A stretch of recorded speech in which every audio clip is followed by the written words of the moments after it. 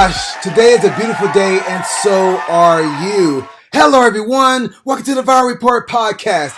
Let's get this show on the road.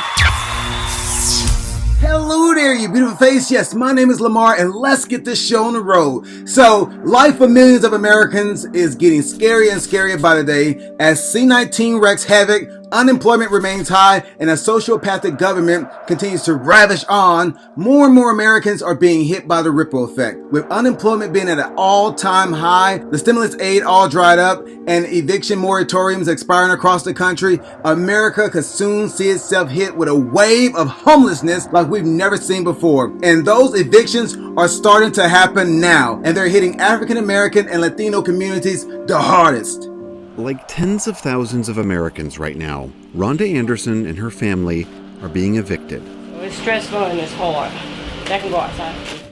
Let's back up.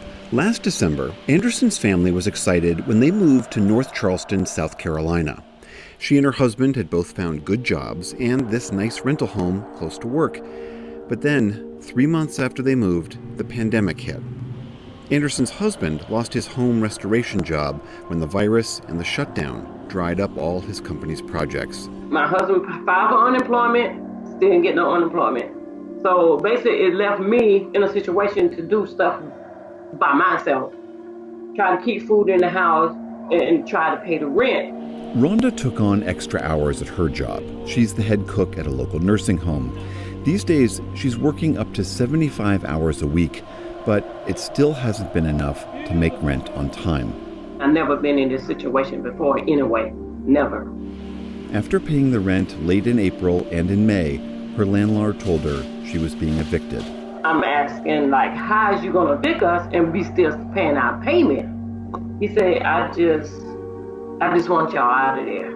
And we didn't know why. Oh, the baseball pitchers, yeah. The landlord said Anderson paid her rent late several times, and she was violating her lease because her 20-year-old son wasn't on the initial paperwork. He had come to live with her when his college closed because of the pandemic. I feel so bad for that family, and there has been a growing number of black people, young and old, residing in hotels, motels, and inns in the last decade. It seems that no one's talking about that, and that is also a form of homelessness, and it can be a very expensive way to live if you're already trying to get by. And the first wave of these eviction notices, they went out in June or July in certain parts of the country. Now it's been expected that 12 million people between now and October could be out on the streets if Congress doesn't act soon. As of July 2020, there were 121.2 million full-time employees in the United States. That is a significant decrease from July 2019 when there was 132.15 million full-time employees. Now we know the American workforce is primarily made up of part-time workers. And since layoffs and furloughs started back in March,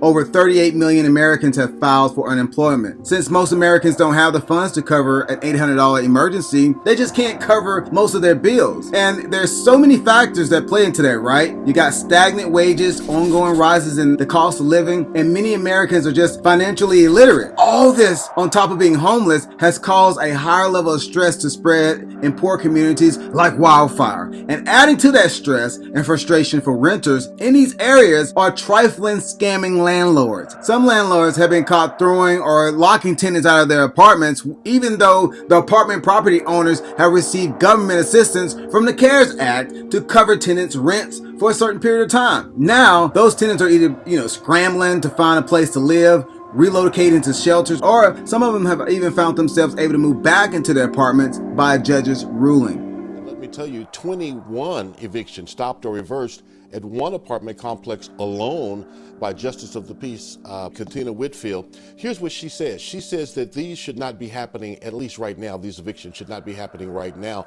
Because of COVID-19, evictions have been put on hold. If the apartment complex or the rental property owners get subsidies for low-income housing, and as you mentioned, if they received a stimulus check from the government. No access to my own apartment. Stephanie Davis not only put out, but locked out of her apartment at 11,200 block Wood Meadow Parkway, Dallas. I'm paying my rent, I'm paying everything on time, and I get an eviction the end of June stating that I owed $1,725 from the previous apartment. Davis went to court to fight the eviction, and Justice of the Peace Precinct 2 in Mesquite, Katina Whitfield, vacated that eviction. Landlord has filed eviction on tenants who are protected under the Federal CARES Act. The tenants protected from eviction if the landlord or apartment owners receive stimulus from the government under the CARES Act when COVID-19 hit. The National Low-Income Housing Coalition has a website listing names and addresses of apartments that received federal funds during the crisis and explaining the federal moratorium on evictions. Until August 24th, according to the act, and these are only landlords who are accepting federal funds such as Fannie Mae or HUD. I paid $100 over. At Stephanie Davis's complex alone, Judge Whitfield vacated 21 evictions, allowing people to stay in their homes. If I don't catch them before we actually have the court date, and I actually hear the trial and render judgment, only to find out the next day or whenever that they were protected under the Federal CARES Act, I have gone in and set aside the judgment. I have it right here in my hand. That's your amended order? Yes, sir. Though she has the legal right to stay there, Davis hasn't yet been able to get another key to get back into her apartment home. We're dealing with COVID and everything else, and hospitals are spiking and on the verge of another lockdown, and here you are putting people out. So we have a link to the website that you need to look at, the National Low Income Housing Coalition website, to see if your apartment complex, your rental property owner, is on that list of businesses that did receive that stimulus check. If so, those folk are under this federal moratorium. No eviction processes can begin, no one evicted until at least August 24th.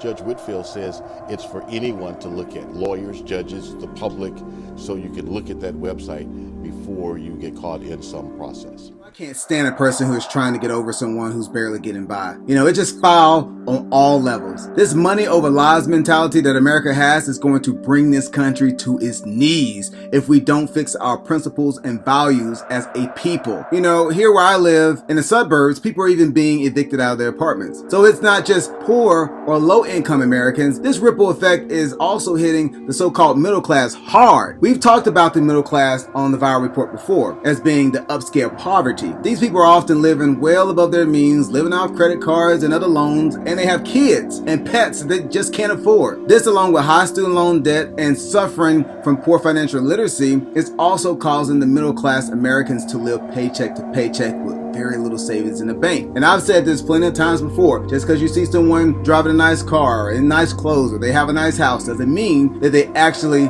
have money. By almost any measure, Neil Gabler has led a successful life. He's published respected biographies of Walt Disney, Barbra Streisand, and Walter Winchell, written for leading newspapers and magazines, taught at prestigious universities. He's a husband and the father of 2 daughters, now launched in their own successful careers. He lives in New York's Long Island enclave, the Hamptons, a place of natural beauty and mecca for wealth and celebrity. And yet, for years, Neil Gabler harbored a dark secret. It's very difficult. I'll tell you who it's really been difficult on is my wife. Being the writer that he is, Gabler decided to come to terms with his secret by writing about it. I never write about myself, so I didn't embark on this project saying, oh gosh, I can't wait to write about my own failures, which is basically what the article is about. But really the spring of this piece was reading a news item about the Federal Reserve Household Economic Survey, in which they asked the question, if you had a $400 emergency, could you meet that emergency? And 47% of the respondents said that they couldn't meet that emergency without either having to borrow money or to sell something. And I read that item and I said to myself, well, who knew? But of course I knew, because many, many times in my life, and not just in the distant past, but in the unfortunate present, I couldn't afford those $400. And that's the hard truth.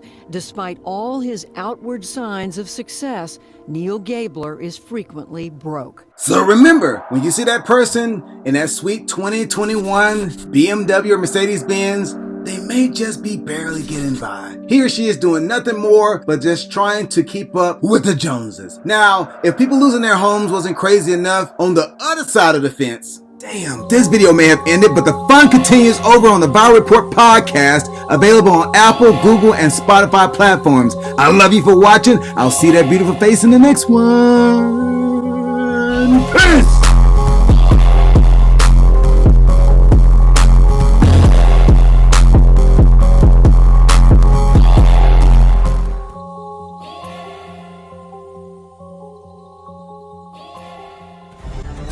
Are you about to kill this man? Pop these niggas like.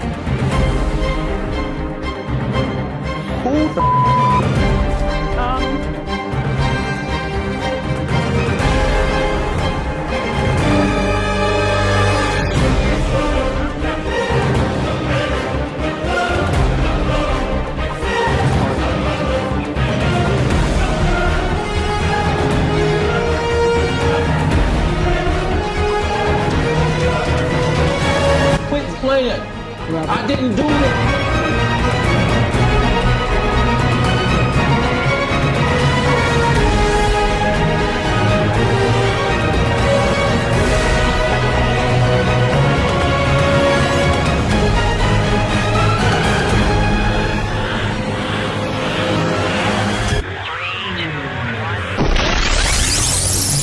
Oh man, if you made it this far in the video, do me a favor, hit that like, hit that subscribe, and hit that notification bell. It ain't a party until you subscribe. I love you for watching. I'll see that beautiful face in the next one.